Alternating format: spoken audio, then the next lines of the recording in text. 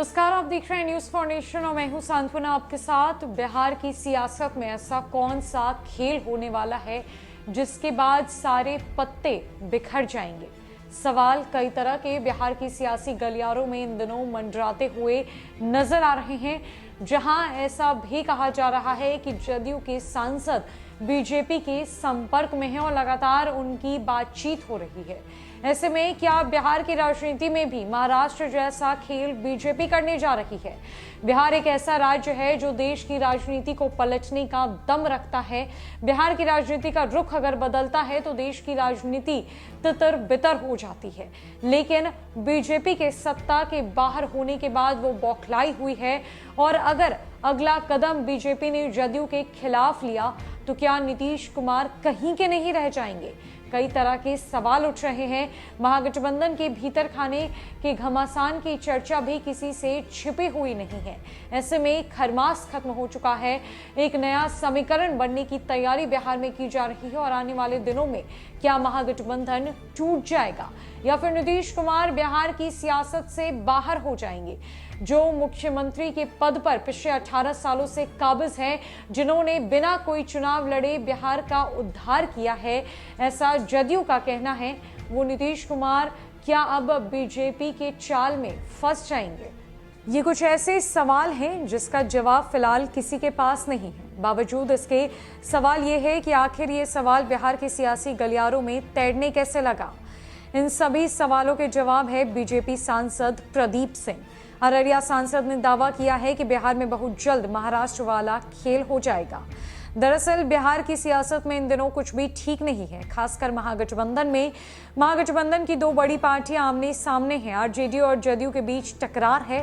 बिहार के शिक्षा मंत्री के बयान पर घमासान मचा हुआ है। जदयू और आरजेडी के बोल अलग अलग है। सुधाकर सिंह पहले से ही नीतीश कुमार के खिलाफ मोर्चा खोल चुके हैं। उपेंद्र कुशवाहा लगातार आरजेडी पर निशाना साध रहे हैं। आरोप लगा रहे हैं कि आरजेडी के विधायक बीजेपी के लिए काम कर रहे हैं। इन सभी के बीच अररिया से सांसद प्रदीप सिंह ने बड़ा दावा कर दिया है।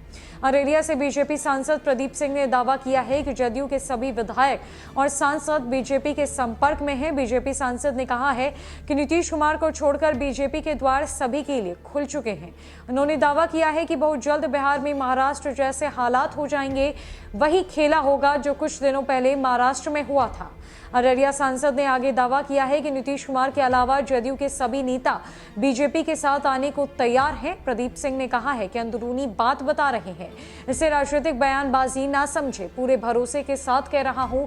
हालांकि इस दौरान उन्होंने यह भी कहा कि इससे अधिक खुलासा नहीं करूंगा, थोड़ा इंतजार कीजिए, बिहार में महाराष्ट्र जैसा खेला हो जाएगा। गौरतलब है कि बिहार में महागठबंधन बनने के कुछ दिनों के बाद से ही जदयू और आरजेडी के बीच घमासान मचा हुआ है। आरजेडी विधायक सुधाकर सिंह लगातार सीएम नीतीश कुमार पर हमलावर है। सुधाकर सिंह के बाद शिक्षा मंत्री चंद्रशेखर ने रामचरितमानस पर बयान देकर कड़कड़ाती ठंड में सियासत को गरमा दिया है। बीजेपी ने इस टॉपिक को लपक लिया, जिसके कारण बिहार सरकार बैकफुट पर आ गई है। यही कारण है कि जदयू नेता उपेंद्र कुशवाहा राजद नेताओं के बयान को बीजेपी का फायदा पहुंचाने वाला बात बता रहे हैं, जबकि पूरे मसले पर आरजेडी आलाकमान खामोश है। आरजेडी आलाकमान की चुप्पी के बाद कई तरह के कयास लगाए जा रहे हैं।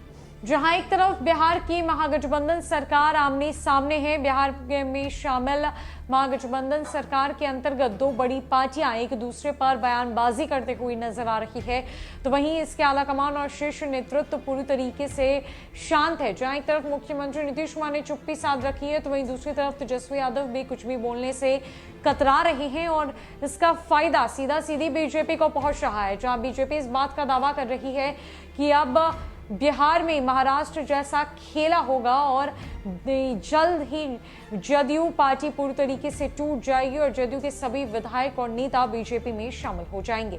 क्या ऐसा सचमुच होगा? क्या नीतीश कुमार का भरोसा टूट जाएगा या फिर जदयू अपने दमखम के साथ बिहार की सियासत में खड़ी उतरेगी? ये तो आने वाले दिनों में ही पता चल पाएगा। फिलहाल के लिए इस अपडेट में इतना ही। नमस्कार।